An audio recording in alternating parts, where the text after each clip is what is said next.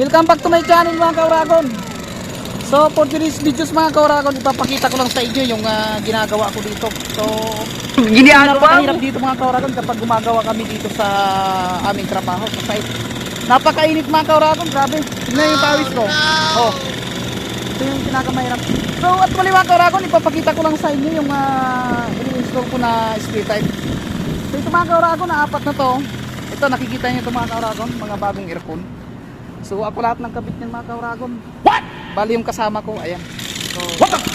Mga bagong split type yan mga kauragon.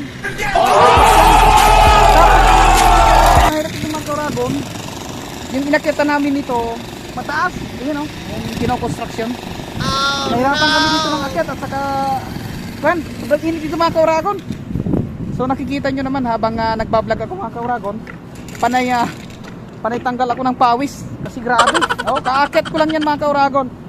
So ang oras natin ngayon mga kauragon, alas 11 pa lang, alas 11:10. Pero yung init mga kauragon, grabe. So ito, nakikita nyo mga kauragon. So bali ito yung remaining ko dito mga kauragon na binalikan ko dito sa rooftop. Ito, aayusin ko ngayon to. Ito na lang ang remaining ko. Sa tatlo mga kauragon, umaandar na yan. So papakita ko sa inyo mga kauragon yung inaayawan ko talaga dito sa trabaho namin, yung sobrang init mga kauragon. Wala ka makunan, wala ka masilungan. So nasa rooftop ka talaga. So bilad na bilad ka sa araw. Paano masabi? At sobrang hirap. Kasi pagbaba mo, papasok ka sa aircon mga kauragon, sobrang lamig.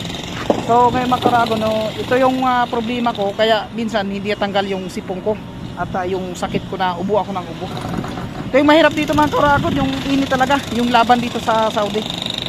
So ayun mga kauragon, laban lang. So tingnan yung mga kauragon na gagawin ko to, na isa na to, papakita ko sa inyo. Tapos mamaya videohan natin yung mga indoor unit nito. So ayan, binutas namin to sa ilalim mga kauragon. Pinaipingan namin ito. Mahaba to mga kauragon, linyagan ito ng mga tubo na to, mga 15 meters mahigit. So ngayon tatapusin ko na ito mga kauragon. So let's go mga kauragon, abangan nyo.